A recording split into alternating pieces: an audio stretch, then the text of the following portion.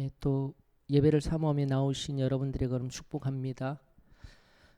신종 코로나로 인하여서 나오지 못하는 분들 많습니다. 또 나오고 싶어도 원거리에 의하여서 예전과 같지 아니하는 우리의 식어진 상태에서 사모하지만 나오지 못하는 걸음도 있습니다. 모든 우리 지체들 한 사람 한 사람 지금 어디에 있든 하나님을 사랑하며 성전을 사랑하며 또 예배를 사랑하며 이 시간 그가 있는 그곳에서 하나님께 온전히 시간을 올려드리는 귀하고 복된 이 한 시간이 되어지기를 원합니다. 세상에 있으나 세상에 속한 심령이 되지 아니하는 우리 정결한 소망교회 한 사람 한 사람 되어지기를 원하며 또 오늘 나오신 여러분들의 걸음 말씀을 통하여서 새롭게 회복되어지고 새힘 얻으며 세상 속에서 남은 한 주 동안 승리할 수 있기를 축원합니다. 자, 오늘 드디어 역사서로 다시 넘어갑니다.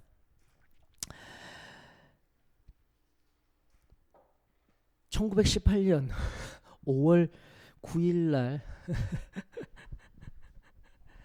마지막 우리 열왕기하 20장 하고 나서 1918년 5월 16일 날 이사야 40장으로부터 지금까지 강해하고 미가까지 마친 연후에 2020년 2월 19일 또다시 열왕기하 21장으로 넘어가게 됩니다. 정말 쉼없이 하나님 앞에서 우리가 말씀 구석구석 하나님의 생명의 말씀을 또 살피는 귀하고 복된 시간이었구나. 주마등같이 흘러가는 그 시간 속에서 그저 한 귀로 들어갔다가 한 귀에서 흘려버린 말씀이 아니라 두 귀에 모두 들려와서 우리의 심장에 새겨진 우리의 마음팍에 깊게 새겨진 하나님의 생명 있는 말씀, 능력의 말씀들 저와 여러분들의 말씀이 되었으면 참으로 좋겠습니다. 자, 오늘 그 열왕기하 21장 1절로부터 26절 므낫세와 아몬 왕에 관하여서 살펴보게 될 텐데 일단 열왕기하보다 오늘의 본문은 역대하 본문이 더 귀해요. 다시 한 번 더 여러분들 들어가기 전에 열왕기 본문과 역대기 본문 공관복음서라고 하고 있는 마태, 마가, 누가 예수님의 생애를 가지고 일단은 같은 사건들이 기록되어져 있습니다. 그러나 여러분들 잘 아시다시피 마태 복음서는 누구에게요? 마태에 의한 유대인들이 수신자가 되어져 예수님이 어떠한 분이신가, 즉 왕으로서 오신 예수님에 관한 관점의 복음서가 마태 복음서. 마가 복음서는요, 마가에 의한 수신자 로마인들, 당시 로마인들에게 수신을 목적으로 두어서 예수가 누구이신지를 또다시 알려주는 복음서. 누가는요, 의사 누가에 의한 헬라인들, 로마를 넘어서 그리스 그 모든 제국의 헬라인들에게 전하는 복음서, 예수가 누구인지를 알려주는 복음서. 좀 더 확장하게 되면 공관복음서를 넘어가 요한복음서가 있죠. 요한복음서는 바로 예수 그리스도가 누구인지 태초에 말씀이 계시니라 선포하며 온 세상 모든 사람들에게, 인류에게 예수님이 어떠한 분이신지를 알려주는 것이 바로 복음서가 4개 있는 이유가 거기 있습니다. 자, 지금도 우리가 열왕기하라는 본문이 열왕기하 21장을 통하여서 동일하게 므낫세와 아몬 왕에 관하여서 알 수도 있지만 또 뭐요? 같은 본문으로 역대하 33장에 의하여서 동일하게 므낫세와 아몬에 관한 이야기를 살펴볼 수가 있습니다. 왜 이렇게 분류되어 있죠?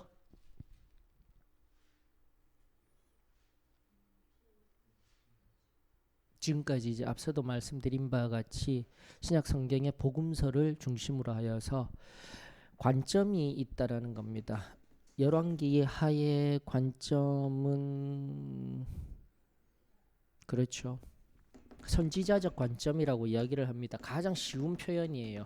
선지자적 관점에서 기술되어졌습니다. 역대하는요, 제사장적 관점. 이제 잘 알고 계시죠?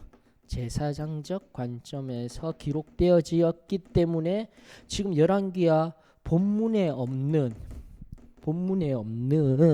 이야기가 역대하 33장에 있는 거예요. 이게 정말 중요합니다, 여러분들. 그래서 이제 우리 그전에는 열왕기하 중심으로 살펴보다가 므낫세 이야기를 하면서 역대하를 우리가 넘어가서 살펴보려고 하는 이유가 또 여기에 있습니다라는 겁니다. 그러므로 성경 속에 사무엘 상하는 왕의 관점이라고 하였습니다. 사무엘 상하 왕의 관점, 그리고 열왕기하는 선지자적 관점, 역대하는 제사장적 관점에서 특별히 역대하는 사울이 아닌 다윗 왕부터의 다시 한 번 더 재진술되어진 거, 사무엘상부터 열왕기하 마지막까지는 사울 넘어서 엘리 시대 때부터 사무엘을 거쳐 사울, 이런 역사적인 관점에 있습니다 해서 중복되는 말씀들이 있는 이유가 여기에 있습니다. 이제는 수요 성경 통독 시간에 오시는 분들은 이 정도는 내가 알고 있어요 하시죠? 아멘. 네, 그러면서 성경을 바라보실 때 더 확장된 영역에서 우리가 이렇게 살펴보았으면 좋겠습니다. 자, 그러면서 21장이 아닌 열왕기하 21장이 아닌 역대기 33장 빨간 줄로 되어진 제사장의 관점이 무엇 때문에 우리가 이 본문으로 돌아갔을까? 우리 33장 함께 통독하면서 시작하도록 하십시다. 역대하 33장 구약 702페이지입니다. 역대하 33장 1절로 25절 다 같이 통독하십시다.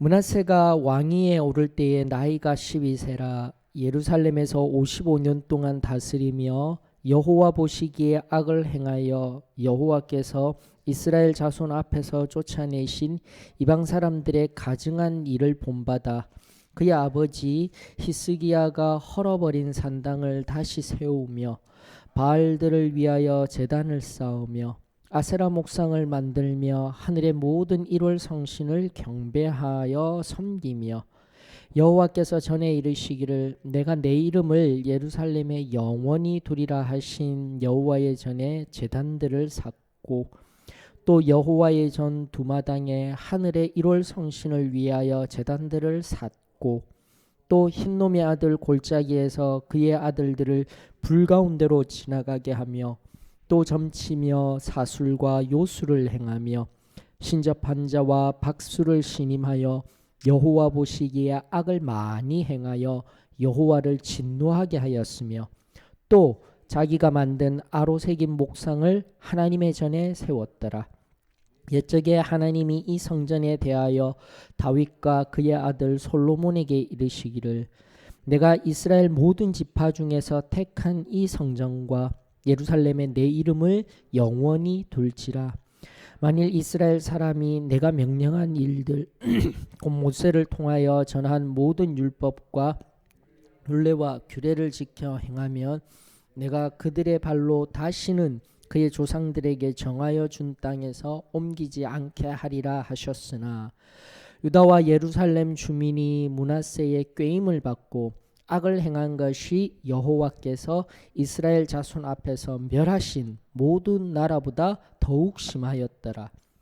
여호와께서 므낫세와 그의 백성에게 이르셨으나 그들이 듣지 아니하므로 여호와께서 아수르 왕의 군대 지휘관들이 와서 치게 하시매 그들이 므낫세를 사로잡고 쇠사슬로 결박하여 바벨론으로 끌고 간지라.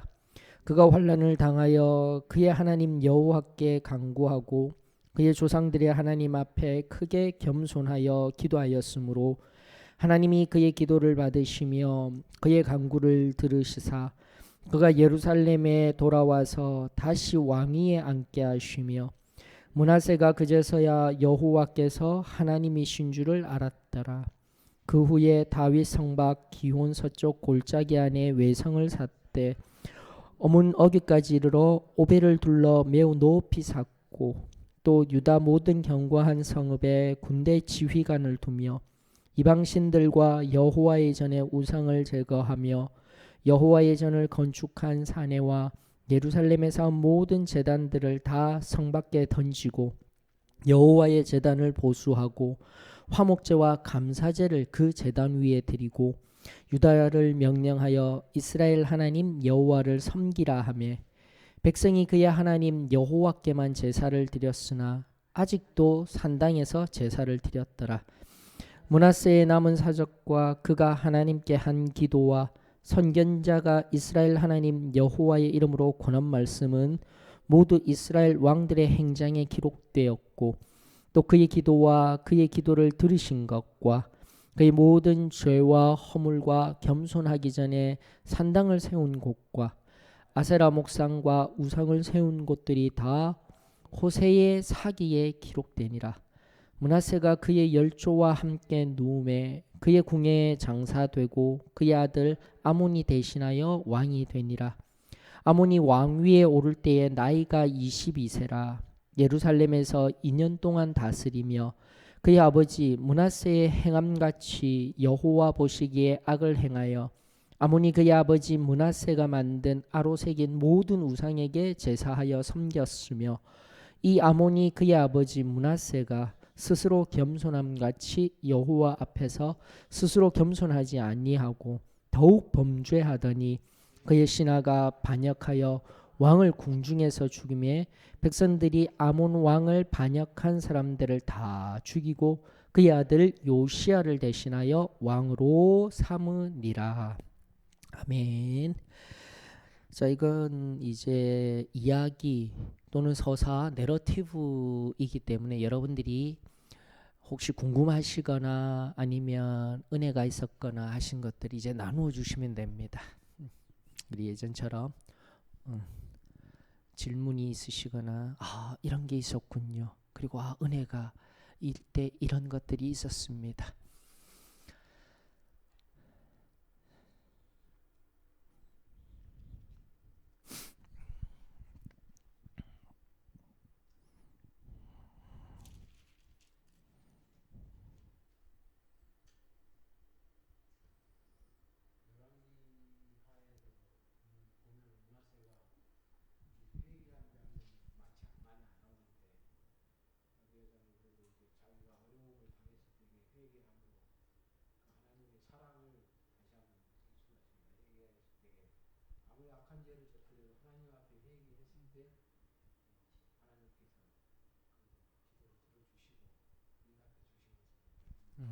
아멘.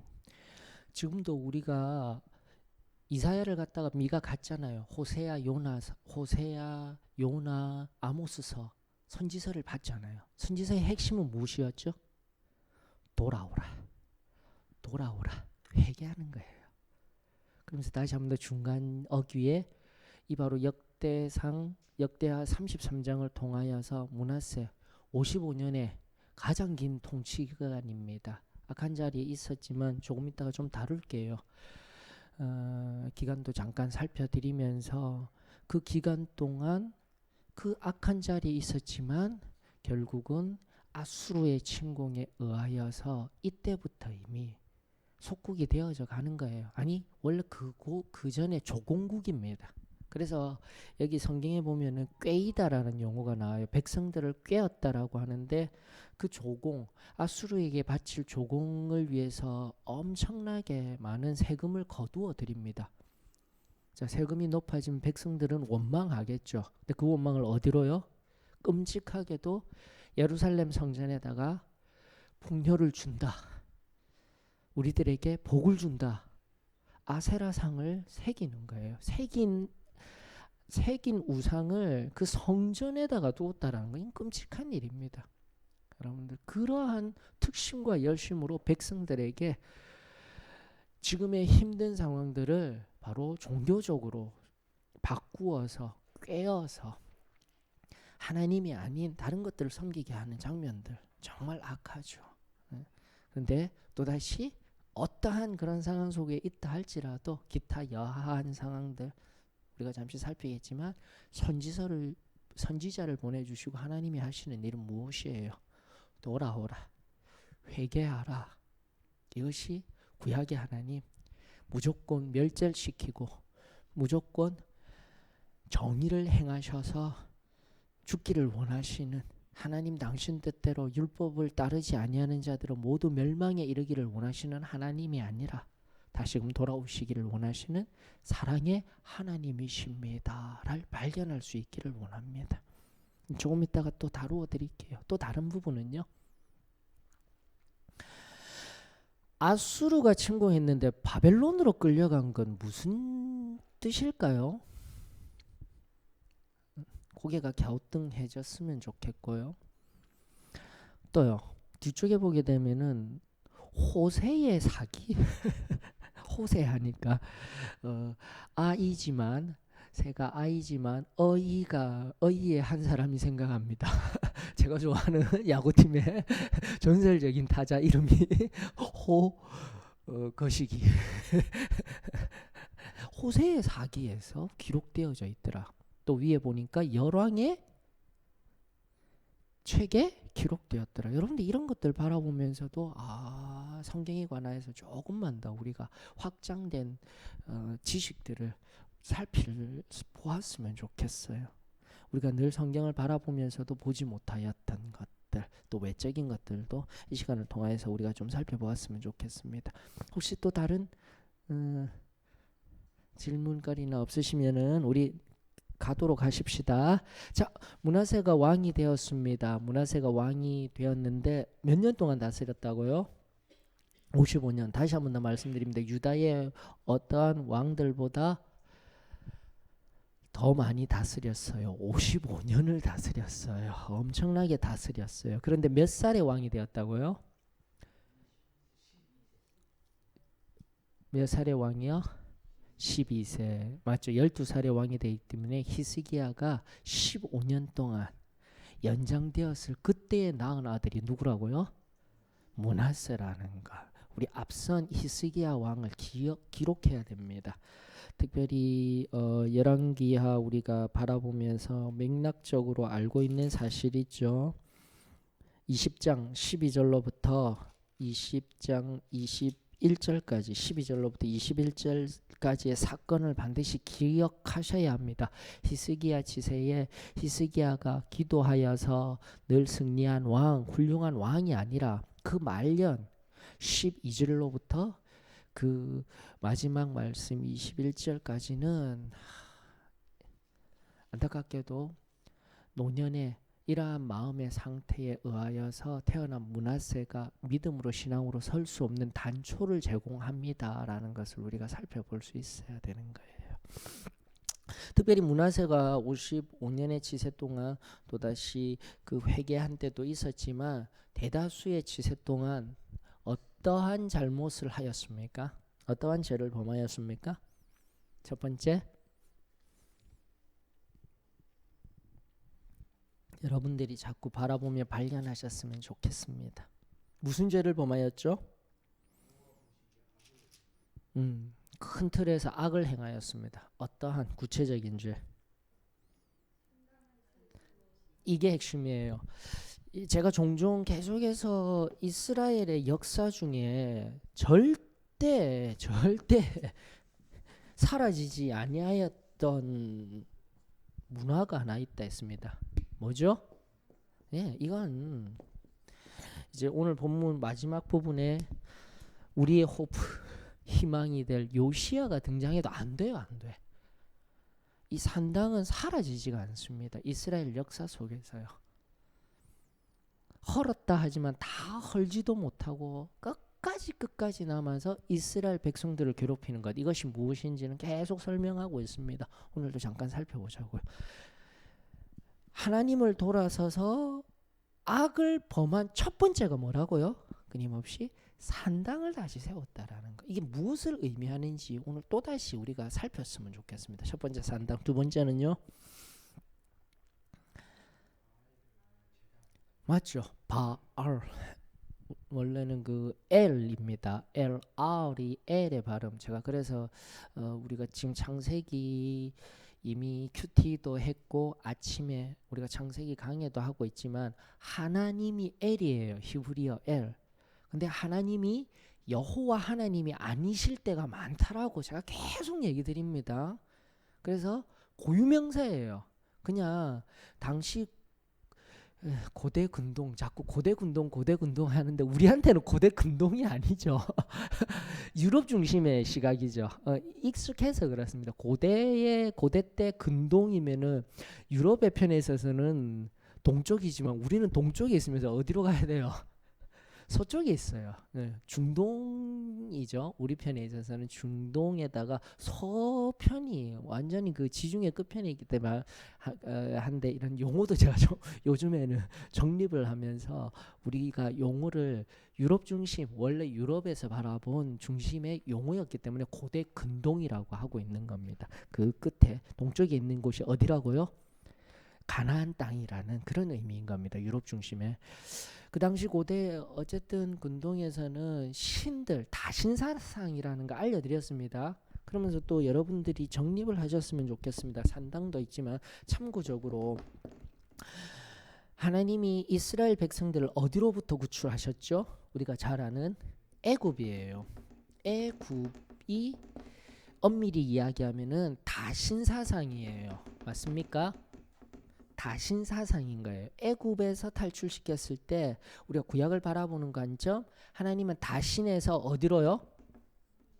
유일신이에요. 일신도 아니에요. 유일신입니다. 신은 많은 것이 아니라 단 한 분이라는 개념으로 애굽에서 탈출시키셔서 알리신 거예요. 그런데 어디로 갔어요? 가나안으로 갔습니다. 맞죠? 그럼 가나안은 다신입니까? 이게 아니다라는 거예요. 다신과 함께 우상을 섬기고 있었다라는 겁니다. 이걸 이제 전체적인 맥락에서 이렇게 생각하셔야 됩니다. 애굽은 고대 제국으로서 다신 사상, 물론 가나안에도 다신 사상입니다. 바알, 아세라, 지금도 자녀들을 제물로 바치는 것은 모압 암몬 지방에 있었던 몰렉과 밀곰이라는 신에게 바치는 악한 습관이에요. 그런데 그 모든 것들이 이런 다신들은 굉장히 오래된 신으로서 정말 신적인 어떤 커다란 권능, 특별히 그 애굽의 라신 해가지고 태양신, 뭐 호메루스 해가지고 죽음의 신, 세티브 때가 막 뭐가 많아요. 이름도 다 갖다 붙여서 모든 게 다 신 중심인데 여기는요 아니에요. 그냥 풍요롭게만 해주면 되는 거예요. 우리를 풍성하게만 해주면 되는 거예요. 우리 가운데 좋은 것을 주는 그 무언가, 이게 여러분들 구분하셔야 됩니다. 구약을 바라보면서 구약 성경 속에서 개념을 정립하실 때 애굽에서 가나안에 들어갔을 때 신명기 말씀의 핵심은 뭐냐면 바로 다신에서 유일하신 하나님이라, 유일하신 하나님이라. 그러나 가나안에 갔을 때 뭘 조심하라고요? 우상 조심하라는 거예요. 우상 조심하라. 결국은 이스라엘 역사 속에서 어떻게 해요? 유일신 하나님도 알고 또 뭐예요? 바알과 아세라도 알고 다신으로 넘어가면서 어디까지 아는 거예요? 우상을 섬긴 뭐죠? 좀 더 이제 전문적인 용어로 종교 혼합주의죠. 이것이 이스라엘의 구약 속에 있는 이스라엘의 본질적인 문제인 겁니다, 여러분들. 하나님을 모르고 하나님 없이 우상만을 섬기거나 다신을 쫓은 것이 아니라 하나님 안다니까요. 지금 끊임없이. 이것을 구약 성경을 바라볼 때 우리가 명확하게 세워야 할 또 다른 관점이에요. 애굽을 바라보면서 가나안을 바라보면서 애굽은 워낙 신이 많았었던 것이고 가나안에는 우상. 여기서 우상이라는 것은 조금 더 종교학적인 의미로는 고등신들을 섬기던 곳에서 어디로 간 거예요? 저등신, 샤머니즘, 토테미즘, 이렇게 뭐 동물을 섬긴다든지 이런 개념의 우상. 더 나아진 개념. 그리고 나아가 그 당시 고대 때의 신관으로서는 제국이 번영하고 있으면 그 신이 어떤 거예요? 강한 신인 거예요. 가나안은 그렇게 강대한 족속들이 아니었습니다. 강대한 나라들 위로 아수르 이제 옆으로 지금 이 당시 히스기야나 므낫세 때는 아수르 옆으로는 또다시 신 네오 바벨론이 치고 올라오고 있죠. 그런 신들이 더 강해요. 오히려 가나안은 완전히 끼인 땅이라고 하죠. 끼인 땅 가운데서 힘도 약하며 샤머니즘적인 우상을 섬기고 있는 게 그게 바로 뭐라고요? 바알 아세라인 거예요. 아주 저급한 신이에요. 이 신은. 그러면서 성적으로 문란하다라는 거 나오고 있죠. 풍요를 기하고 농경사회 속에 강한 신이 절대 아니에요. 여러분들. 이런 개념을 조금만 더 우리가 성경 구약 성경 속에서 가졌으면 좋겠습니다. 다시 한번요. 다신 우상 이것을 조심해야 되는데 결국은 이스라엘의 늘 역사 속에 종교 혼합주의 유일하신 하나님도 알고 다른 신도 알고 거기다가 미신적인 요소 우상을 섬기는 자리에 있었다라는 것을 기억하면서 나갔으면 좋겠습니다. 자, 그러면서 산당도 재건했죠. 아세라 바알 제단도 쌓았죠. 또다시 세 번째는 무엇입니까? 하늘의 1월 성신. 참 답답해요. 이제 이해되셨죠? 왜 이게 우상이고 저급하다라고 이야기를 드리는지. 저급하다고 이야기를 드리든지 굉장히 여기는 체계적이고 굉장히 조직적으로 신을 섬기고 있었다면 여기는 그냥 하늘 바라보면서 섬기는 거예요. 그냥 달신, 태양신 하면서 어떤 형상도 만들어 놓은 것이 아주 저급한 자리에 있는 거예요. 그러나 우리 알죠? 1월 성신의 창조주는 누구십니까? 유일하신 여호와 하나님. 유일하신 여호와 하나님. 그러면서 계속적으로 반복되어지는 이런 용어들에 대해서 오늘날에도 마찬가지입니다. 우리에게 적용하는 거예요. 내가 제일 처음 하나님을 만나고 제일 처음 거듭남을 경험하고 난 뒤에 그 귀하신 분, 그 은혜 한량 없으신 분, 감히 측량할 수 없는 은혜를 물붓듯이 부어주셨던 그분만으로 내가 살아갈 수 있습니다 했는데 오늘 어때요?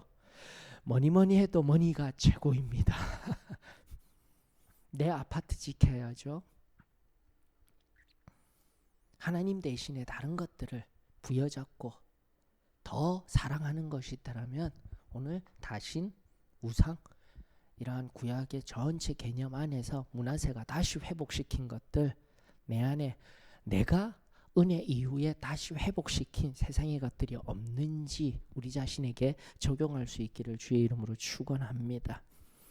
그러면서 성경의 흐름은요. 열왕기 하도 마찬가지고 역대 하도 바로 이런 세 가지 어떻게 했다고요? 첫 번째 산당 건립하고 성전 중앙에다가 바알 아세라 상 세웠다라는 거 제단 세우고 세 번째 뭐요? 하늘의 1월 성신들 이런 우상들 섬기게 만들었다라는 그 이후에 아세라상을 새겨서 그 열심이에요.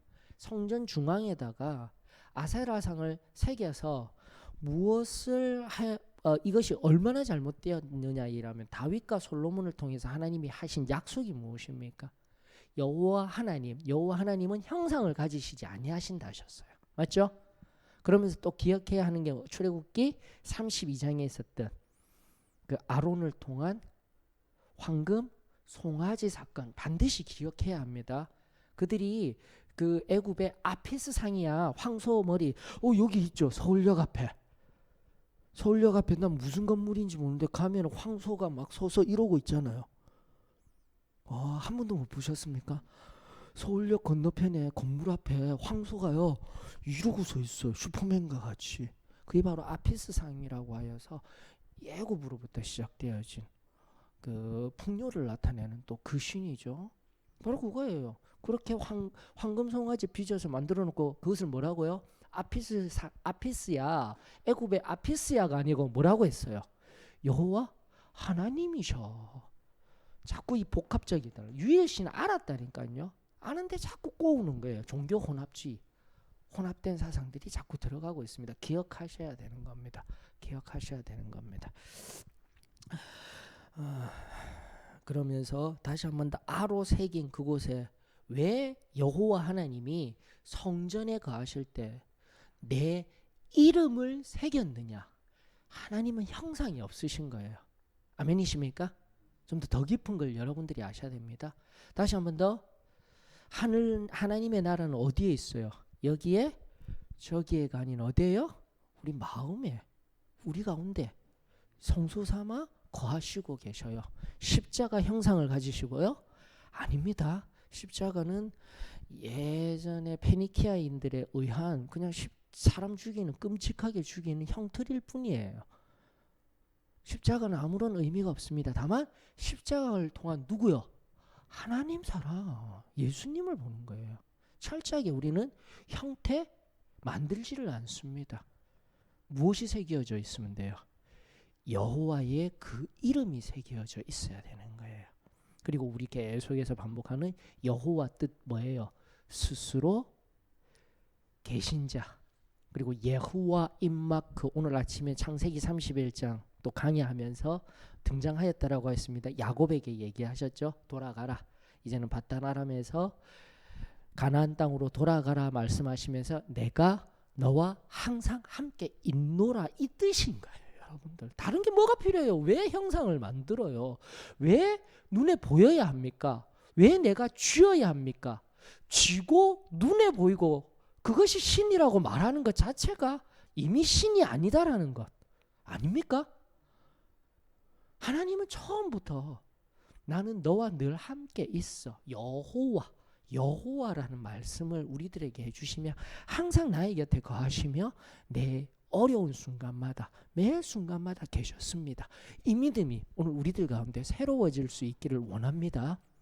그러면서 이 역대하 7장 14절, 그 유명한 말씀이죠. 솔로몬을 통하여서 고백된 바로 이 이야기, 역대하 7장 14절 16절 말씀, 여러분들 잘 알고 있어요.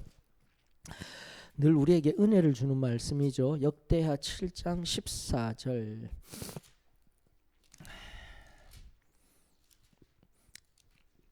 다윗의 약속도 우리가 기억해야 되지만 솔로몬 그 성전 앞에서 기록된 역대하 7장 14절 읽어주셔요.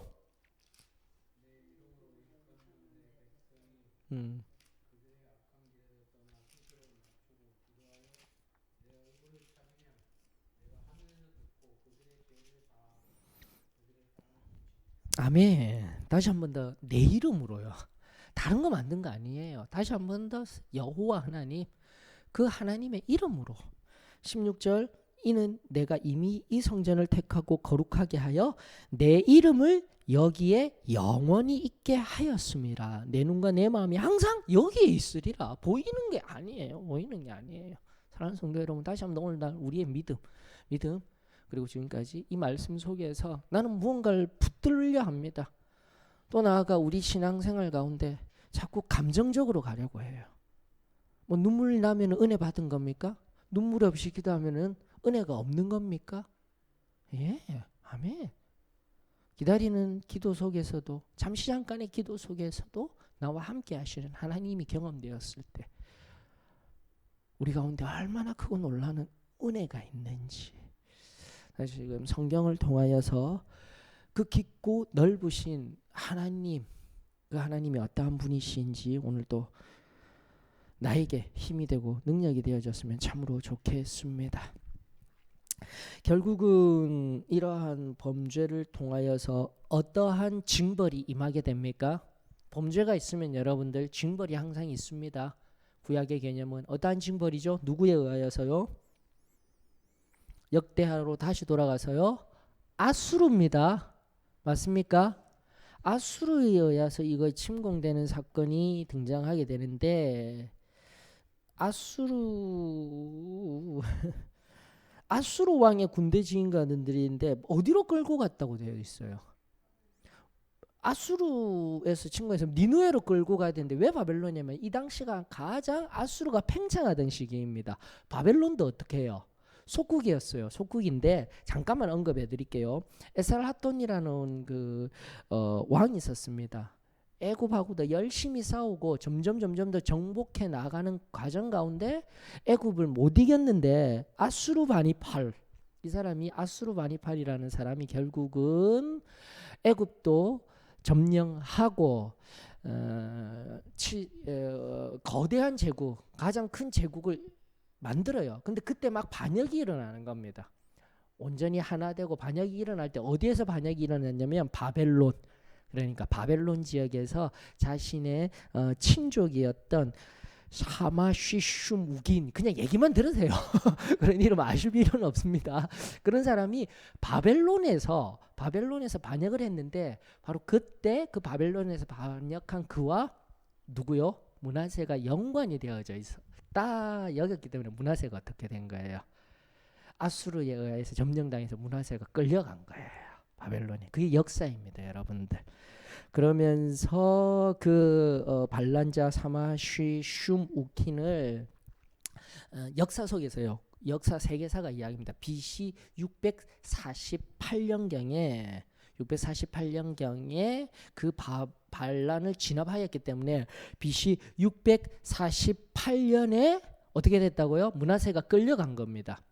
자, 그랬을 때 여러분들 다른 거는 뭐 이름 기억하실 필요 없어요.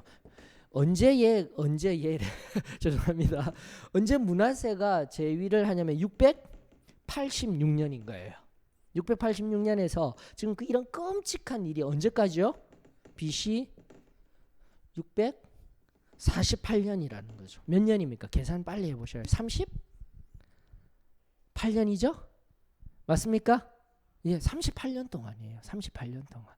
38년 동안 55년 치세 속에 38년 동안 바로 이런 끔찍한 자리에 있었다라는 게 이제 정통적인 보수적인 성경을 그대로 믿는 우리 말씀 그대로 있는 세계사와 연결된 연대입니다. 그러면서 옆에다가 하나씩 기록해 두시면 도움이 되시겠죠. 그러면서 38년 동안 그리고 38년 이후에 회개하였을 때 어떻게 된 건지 그 반역에 대한 혐의가 없어서 므낫세가 다시 풀려와서 결국은 우리 33장에 있는 하나님 앞에 다시 한 번 더 끌려가는 과정 가운데 하나님이 계시지 아니하시면 그때서야 하나님을 알고 회개하는 거예요. 여러분들 굉장히 중요하죠. 자, 그런데 왜 이렇게 표현이 되었냐면 이게 역사적 사실이지만 결국 남유다가 언제 멸망당하죠? BC 587년 6년 상간에 멸망을 당합니다. 그때 누구에 의해서요? 바벨론에 의하여서. 그래서 지금 여러분들 여기 성경에 보게 되면 므낫세의 기도해서 12절로부터 13절 12절로부터 읽어드릴게요. 그가 환난을 당하여 그의 하나님 여호와께 간구하고 그의 조상들 하나님 앞에 크게 겸손하여. 간구하고 겸손한 게 다 무엇입니까? 회개인 거예요. 돌아온 거예요. 맞습니까? 반드시 회개가 중요한 거예요. 은혜와 구원을 받으려면은 회개가 필요하다. 우리 그거 잊지 마십시다. 오늘날 다시 한번 더 중생 이후의 회개라는 큰 틀에서도 한편으로서는 성화의 영역 속에 들어가 있지만 우리 틀은 잊지 마십시다. 반드시 뭐 다음에요? 회개 다음에 중생입니다. 구원입니다. 이런 틀들을 성경 속에서도 자꾸 발견하셨으면 좋겠어요. 그렇게 해서 간구하고 기도하였을 때에 하나님께서 그 기도를 들으시고 어떻게 해요? 구원하여 주십니다라는 게 자꾸 성경에서 끊임없이 나타나고 있는 우리가 반드시 붙들고 있어야 할 구원론의 아주 중심입니다. 항상 늘 기억하세요. 그래서 돌아가야 되는 거예요. 하나님 앞에 늘 돌아가야 되는 거예요. 하나님 앞에 늘 선 상태가 되어지기를 원합니다. 자, 그리하였을 때 여기 보면 기도하였음으로 나와 있죠. 기도 맞죠? 기도한 거예요. 하나님 앞에 뭐 회개의 기도를 했는데 이게 중요합니다. 얼마만큼 중요하냐면은 구약의 외경입니다. 외경이지만 외경 위경 얘기도 우리 이번 특별 집회 때도 성경 공부 시간에도 제가 해드렸고요. 우리 늘 하고 있습니다. 정경, 외경, 위경. 정경 우리는 기독교가 믿고 있는 것은 정경 몇 권요? 66권. 그 외에 가톨릭에서 따르고 있는 외경이 있다라고 했습니다. 서방에서 따르고 있는 외경이 있는데 그리스 종교에 있어서는 또 정경에 들어가고 있어요. 우리에게는 외경이지만 그리스 종교회에서는 외경이 아니라 정경이에요. 카톨릭에도 없는 게 있는데 70인역이라고 하여서 셉티아진투라는 히브리어로 된 구약 성경을 어떻게 해요? 헬라어로 번역된 것입니다. 예수님 태어나기 전에 알렉산드리아라는 곳이 아프리카에 그냥 그 해골같이 생겼잖아요. 대륙 자체가 그 정수리 바로 위에 지중해 쪽에 있는 딱 거기가 알렉산드리아예요. 거기는요 도서관이에요. 가장 큰 도서관이 그 당시에 있었던 거예요. 예수님 당시부터 해서 모든 책들이 다 있는 거기에 있던 그 학자들이 모여서 헬라어로 번역한 거예요. 히브리 구약 성경을. 그걸 70인역이라고 얘기를 합니다. 굉장히 권위가 있겠죠. 그 70인역에 보면 시편 151편이 등장합니다. 이러면은 무슨 소리예요 하셔야 됩니다. 시편 151편. 우리가 가진 것은요 150편이에요. 그래서 뭐라고요? 우리 편에서는 외경인 거예요. 외경. 그러나 그리스 종교에게 있어서는 정경이 되는 겁니다. 시편 151편이 바로 므낫세의 기도입니다. 여러분들. 그만큼 중요해요. 이것이.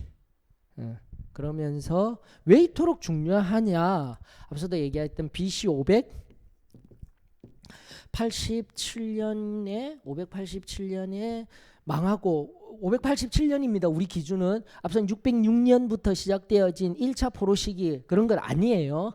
우리는 항상 이 관점을 가지자고 하였습니다. 아멘이시죠? 무슨 소리시지 이러시면 안 됩니다. 우리 계속 하고 있었던 거예요. 587년 다음에 포로 생활 70년 끝난 후 516년 6년으로 통일하십시다. 516년 무슨 일이 있는 거예요? 제2성전 스룹바벨 성전이 회복되는 것. 이게 이제 자꾸 우리의 관점입니다. 정통적인 관점입니다. 다른 여러 가지 세계사의 관점들이 있지만 우리 교회 안에서 우리가 늘 견지하고 가야 할 정통 복음적인 시각의 관점입니다라는 것을 알았으면 좋겠어요. 그러면서 이 70년 후에 바벨론으로 돌아오는 것이 뭐예요? 회개하고 하나님 앞에 징벌 이후에 돌아오는 그 시로서 이 시가 므낫세 시가 중요한 거예요. 유대인들에게는 이 151편이 지금 여기 그러면서 13절 연결하시면서 이런 부분들을 한번 점검하시면서 그 유대인들이 그 역사적인 사실로는 아수르에 의해서 바벨론으로 갔지만 결국은 나중에 바벨론에 포로되었던 자들이 어떻게 해요? 하나님 앞에 하나님의 영광을 다시 기억하며 회복하며 불렀던 시가 뭐요? 므낫세의 회개의 기도인 시편 151편. 이렇게 아시면은 우리가 또 성경을 또 넓게 생각합니다. 그만큼 귀한 거예요. 저도 원문 뭐 어떤지는 모르겠습니다. 한번 살펴보고 또 우리 다음에 기회가 있으면 살펴볼 수 있도록 하십시다. 그러면서 하나님 앞에 회개하면 돌이키면 하나님이 구원해 주시고 받아주신다.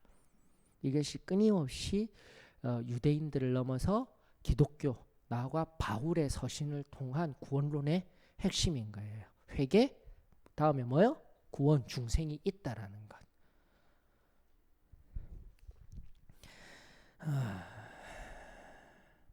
그래서 회개의 결과는 무엇입니까? 여러분들 그 뒤에 따르는 므낫세가 뭘 했죠? 첫 번째는 무엇을 했습니까? 다시 왕이 되었는데 14절 이후에 회개한 이후에 결과가 뭐죠? 성벽을 쌓는 거예요. 이미 가서 본 거예요. 바벨론 가서 아수르 군세를 바라보니까 우리 이렇게 있어서는 안 되겠다. 첫 번째는 뭐요? 성벽, 그 성벽의 회복이에요. 이미 이게 얼마나 말씀들이 지금 귀하냐면은 여러분들 70년 뒤에 여기 70년이 아니라 나중에 587년, 516년 뒤에 에스라, 느헤미야, 스룹바벨 와서 성전 다 짓고 말씀 회복시키고 또 어떻게 해요? 성벽을 통해서 요새화 만들고 하는 것들이 이미 므낫세를 통하여서 상징적으로 나타내고 있는 장면이라는 것입니다. 첫 번째 뭐요? 요새를 쌓는 거예요. 이미 거대화되어져 가는 제국, 그리고 5제국 얘기해 드렸죠. 시작된 5제국, 아수르, 그 다음에 네오 바벨론, 그 다음 뭐예요? 바사, 페르시아, 그 다음 또 뭐예요? 로마. 하나 어디까지죠? 뭐가 빠진 것 같은데. 아수르? 헬라가 빠졌어요. 로마 다음에 헬라, 그 알렉산더에 의해서. 다시 정리합니다. 아수르, 바벨론, 페르시아, 그 다음에 헬라, 알렉산더 대제가 등장하고, 알렉산더 30세 요절한 이후에 바로 로마가 등장하게 되는, 이게 5대 제국입니다. 우리가 성경을 통해서 바라봤을 때. 그래, 아수르가 얼마나 지금 강성에 있는 것을 직접 봤으니 므낫세가 돌아와서 무엇부터 해야 되느냐. 다시 한 번 더 성벽을 쌓고 성벽 재건을 하면서 결국은 성벽 재건한 것으로 끝나니라. 성전에 뭐 있던 거요? 그 우상들 다 어떻게 했다고요? 우상을 제거하고 옆에 있는 흰놈의 골짜기에다 다 갖다 버리는 거예요, 여러분들. 다 갖다 버리고 다시 한 번 더 우상 제거하고 하나님의 성전을 회복시키는 겁니다. 보이시죠? 지금 이때만 되어졌던 것이 아니라 516년 이 당시에 70년 지난 포로기 이후에만 한 것이라 므낫세를 통하여서 이것이 회복되어지기를 원했던 거예요. 하나님은 하나하나 회복해 나갑니다. 또요. 그 다음에 뭐 했습니까? 예배, 제단이 회복되잖아요. 화목제와 감사제를 드리기 시작합니다. 자, 그리고요. 여호와께 제사를 드립니다. 이제 정리하십시다. 첫 번째 요새 재건, 두 번째 성전 재건, 세 번째 우상 타파, 네 번째 예배 회복. 이것이 회개의 결과입니다. 계속 말씀드릴게요. 회개를 했어요. 내가 은혜를 받았어요. 그러면은 이전과 이후의 삶이 전혀 달라야 되겠죠. 이게 진정한 회개예요. 저는 제가 가끔씩, 그러니까 가끔씩이 아니라 이번 주에도 그 설교하는 거예요. 시편 51편에서 1절에서 4절, 이제 올 한 해 동안 우리 교단 가운데 선포될 말씀이에요. 회개를 했으면은 우리 신앙은요, 회개를 통한 은혜가 경험되어졌으면 이전 신앙으로 돌아가면 안 되는 거예요. 아멘이시죠? 이게 희미해진 것 같아요. 우리가 이후에 은혜 주신 것만으로 만족하는데 하나님이 주신 어떠한 특정한 하나님의 그 기름 부어 주심 경험되어져서 감사해요. 성령으로 충만하여 줬습니다. 좋아요. 근데 성령 충만하기 이전에 이 삶의 모습들이 있었을 거 아니에요. 그거 어떻게 해야 됩니까? 배상하든지. 분명히 문제가 있었으면 어떻게 해야 돼요? 바로 잡아야죠.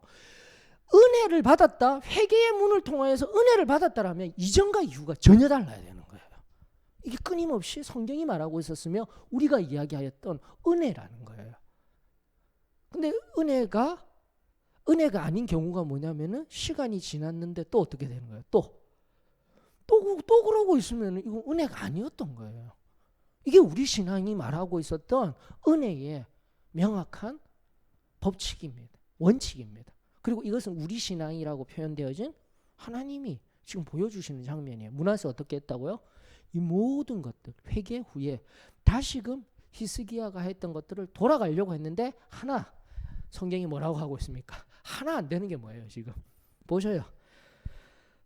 이건 절대 안 돼요. 17절 보셔요. 뭐 어떻게 하는 겁니까? 17절 읽어주셔요.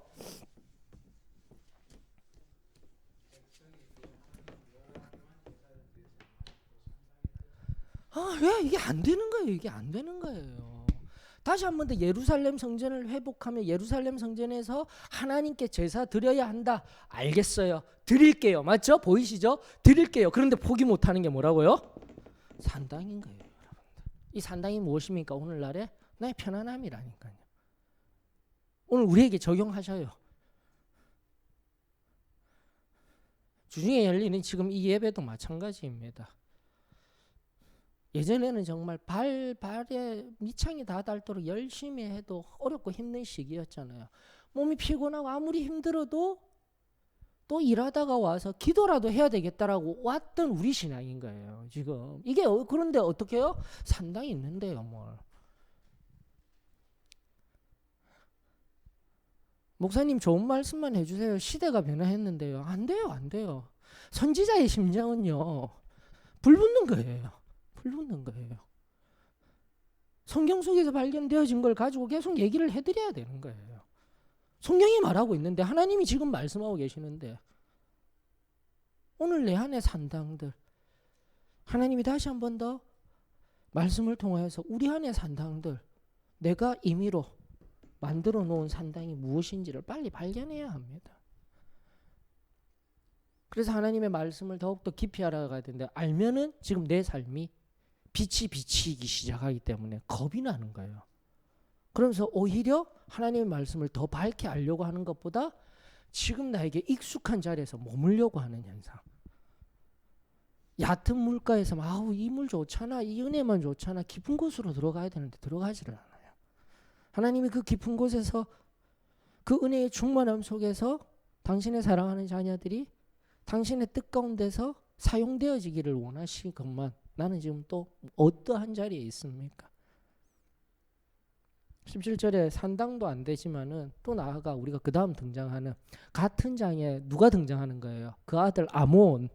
너무나 뿌리 깊었던 거예요, 여러분들. 안 되는 거야, 안 되는 거야.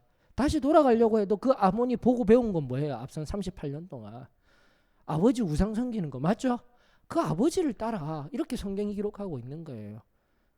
자신의 시간은 짧아요. 평생에 그 이후에 살면은 개혁하고 돌이키려고 하지만 다시 한 번 더 죄에 의한 깊은 뿌리는 제거가 안 되는 거예요. 제거가 안 되는 거예요. 그러면서 아몬이 다시 2년 동안 그 열심히 노력했던 것들을 다 되돌리고 가려 하였을 때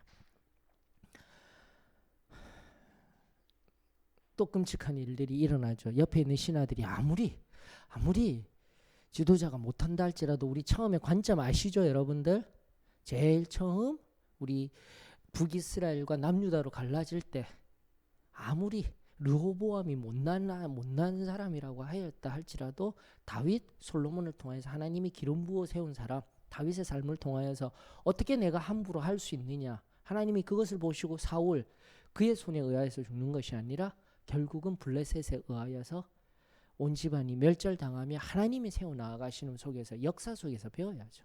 아몬도 마찬가지고 역사를 통해서 우리가 깨달은 것이 있다면 그 깨달음 그대로 가야 되는데 또 안 되는 거야. 무엇입니까? 산당인 거예요. 뿌리 깊은 죄의 결과입니다, 여러분들. 어쩔 수 없어요. 좀 더 구속이라는 구원론에 입각한 역사 속에서 이 뿌리 깊은 죄의 결과 안 돼요. 구약은 안 돼요 하고 했을 때 누구에 의하여서요, 여러분들? 결국 예수 그리스도에 의하여서요, 여러분들. 우리가 이러한 성경을 바라보면서도 이런 커다란 시각을 가져야 됩니다. 결국 안 되고 우리도 잘 아시다시피 에스라, 느헤미야, 스룹바벨을 통해서 그 에스라 당시에는 반짝하였지만 말라기 이야기가 제가 계속 얘기 드리잖아요. 언제 사랑하셨냐고. 느헤미야 사후에 대부분의 이런 일들이 일어나는 거예요. 하나님 또다시 찾지 못하고 결국은 예수 그리스도 하나님이 이 땅에 친히 오셔서 우리들에게 놀라운 사랑을 보여주심으로 말미암아 산당, 죄의 결과 다 해결됩니다. 우리 자신을 점검해야 돼요. 내가 예수 그리스도로 인하여서 은혜를 받았습니까? 그 전에 산당 남아있던 잔재들 그리고 내 안에 이 뿌리 깊은 죄 원죄까지도 다 뽑아내어 주시고 성령이 내 안에 내주하시면서 지금 이 순간 살아가고 있다면 나는 어떠한 모습입니까? 깊은 하나님 앞에 깊은 은혜를 경험할 수 있는 귀하고 복된 시간이 되어지기를 원합니다. 결론으로 가십시다. 여러분들 역대하 33장이 아닌 이제 우리 앞선 본문이었던 열왕기하 21장에 잠깐 보십시다. 21장 1절만 보십시다. 거기에 어딘가에서 한 번은 들어봤던 이름이 하나 등장해요. 21장 1절에 누굽니까? 헵시바 누굽니까? 므낫세의 어머니라고 나오고 있죠. 맞죠? 그럼 므낫세의 어머니면 누구의 아내였어요? 예, 히스기야의 아내였어요. 그래서 그 헵시바라는 이름 자체가 너무 좋아요. 어떤 뜻이냐면 히브리어 하프치바흐라는 뜻은 나의 기쁨은 그녀에게 있다. 나의 기쁨은 그녀에게 있다. 그래서 헵시바라는 이 이름이 기독교 내에 우리 안에서 아주 긍정적으로 사용되어지고 있는데 헵시바, 이 헤프치바흐라는 게 딱 두 곳 나옵니다. 여기랑 이사야 62장으로 한번 가보십시다. 62장 4절. 헵시바라 뷸라라 이거 들어보셨을 거예요. 이미 이사야 했으니까. 이사야 62장 4절. 누가 먼저 찾으신 분이 읽어주셔요.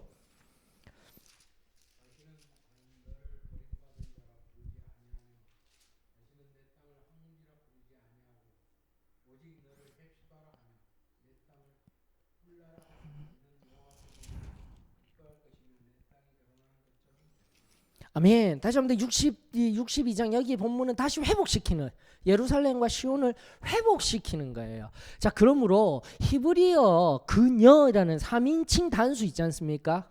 그녀 3인칭 단수죠. 그녀는요 다 예루살렘 시온 이야기해요. 대명사로 받을 때. 그래서 지금 여기도 헵시바가 누구예요? 예루살렘 시온인 거예요. 해석을 할 때. 자, 그런데 또 이제 헵시바 뷸라가 이사야의 딸이다라고도 얘기하는 학자들도 있어요. 그런 측면에서 히스기야의 아내가 누구였다라고요? 이사야 선지자의 딸이었다라고 이야기하는 측면도 있는데, 여기서는 정말 헵시바가 좋은 뜻 맞죠? 맞죠? 그런데 열왕기하 21장 1절은 아니다라는 거예요. 아예 역대상 제사장적 관점에서 회개를 통하여서 하나님 앞에 바르게 서야 되는데 거기는 이름 없어요. 맞죠? 헵시바라는 이름이 없고, 열왕기하 1장에서 왜 이렇게 등장을 하느냐라는 거, 맥락적으로 21장 1절에 므낫세가 왕이 될 때 나이가 12세라 예루살렘에서 55년간 다스리니라. 그의 어머니 이름은 헵시바더라. 맞죠? 그리고 나서 2절이 무엇이라고 얘기합니까? 므낫세가 여호와 보시기에 악을 행하여, 지금도 이제 성경적으로 바라볼 때 이사야 62장을 통해서 바라봤다면 이 헵시바라는 여인이 믿음을 가르치거나 믿음의 어머니가 되어져야 하죠. 근데 그게 아닌 거예요, 여러분들. 지금 실제 히스기야의 아내였던 헵시바는 아닌 거예요. 그러므로 다시 한번 더 가십시다. 말년에 이제 우리가 이 본문 앞에 있던 20장 12절로부터 21절 앞에 있었던 이 말년의 이야기들 속에 원래 왕비가 돌아가셨을 수도 있을 거예요. 그 이름 그대로 나의 기쁨이 그녀에게 있노라. 어쩌면 이런 유욕적인, 육신적인 사랑과 기쁨의 용어가 되어져 있는 거예요. 이 헵시바라는 이름을 통해서 마지막에 그 말년 가운데, 그 마지막에 자녀가 있었든 없었든 가운데 어떻게 되었지 왕비가 폐위가 되었든지 몰라요. 그러나 히스기야의 삶을 바라보게 되면은 그 아내 또한 믿음으로 살아내야 되고 그 자녀를 믿음으로 길러야 되는데, 이 맥락 속에서 여러분들 중간에 그의 어머니 이름은 헵시바였다라니까. 헵시바 좋은 이름 해서 기독교 안에서 지금도 보면 헵시바 중창단 이사야서의 근거에서는 괜찮아요. 맞는데, 그 뜻은 괜찮은데 만약 열왕기상에 지금 열왕기하에 근거한 헵시바라면 이건 아니다. 아멘이시죠? 이러면서 지금 성경을 바라보실 수 있으셔야 되는 겁니다. 지금 이 헵시바라는 여인은 우리가 해석을 할 때 있어서 앞선 역할과 함께 이 여인이 등장하자마자 므낫세가 어떻게 했더라고요? 여호와 앞에 악을 행하였더라 했을 때 이 헵시바라는 여인이 결코 믿음의 긍정적인 여인은 아니었다라는 것을, 헵시바가 두 곳에 나오는데 우리가 지금 성경을 잘못 알고 있어요. 헵시바 이렇게 살피지 않으면은 무조건 좋은 뉘앙스잖아요. 무조건 좋은 것인데 아니다라는 것을 여기 잠깐 언급해 두면서, 결국 육신적 기쁨에 의해서 지금 나 자신에게 점검하는 거예요. 육신적 기쁨 때문에 내가 영적인 나태함이나 이 뿌리 깊은 죄 속에서 헤어나오지를 못하고 아직도 해결하지 못한 이 산당 속에 있다라면, 내가 하나님께서 원하시는 나의 영적인 재건, 육신은 점점 더 약해져 가고 있을 때 과연 지금 내가 하나님 앞에 하나하나 말씀으로 기도로서 나의 신앙을 바르게 세워 나아갈 때 오늘 하나님이 이 말씀을 통해서 나에게 무엇라 말씀하고 있는지 나를 꾸짖어 주시고 또 나로 깊은 은혜의 자리로 나오게 하는 복의 통로가 되어집니다. 역사를 깨달았습니까? 므낫세와 아몬은 역사를 알고 있었어요. 히스기야 왕에 대해서 알고 있었어요. 아몬은 그렇다 손 치더라도 다시 한 번 더 므낫세는 역사를 알고 또 다시 나아가 회개, 뒤늦은 회개였지만 이 뿌리 깊은 죄가 얼마나 지금 이 하나님 나라 유다에게 악한 영향력을 펼치고 있었는지, 그리고 지금 내 삶을 점검하는 거예요. 은혜 이후에 내 삶 속에서 다시 한 번 더 제하지 못한 상당 바라보면서 오늘 이 시간 하나님 앞에 깊은 기도의 자리로 나아갈 수 있기를 원하며, 기억하십시다. 다음 왕 누가 등장하는 거예요? 짜잔, 가장 선한 왕 분열왕국 이후에 가장 하나님 앞에 율법책 발견하고 눈물로 울었던 그 왕 누가요? 요시야가 등장하는 거예요. 소망과 희망. 요시야가 조금만 더 일찍 살았으면 역사에는 만약이라는 것이 없지만 우리 이 요시야를 소망하며 또 우리 다음 또 말씀 가운데 어떠한 말씀의 교훈들을 주실지 기대하며, 오늘 33장은 암울했어요. 암울했지만 열왕기하 21장만 보면 참으로 암울하였지만 역대하 33장을 바라보면서 회개의 의미 또 깊은 하나님의 말씀의 교훈들 속에서 오늘 내 삶에 적용하며 하나님의 손에 붙들린 저와 여러분들이 되어지기를 주의 이름으로 축원합니다. 기도.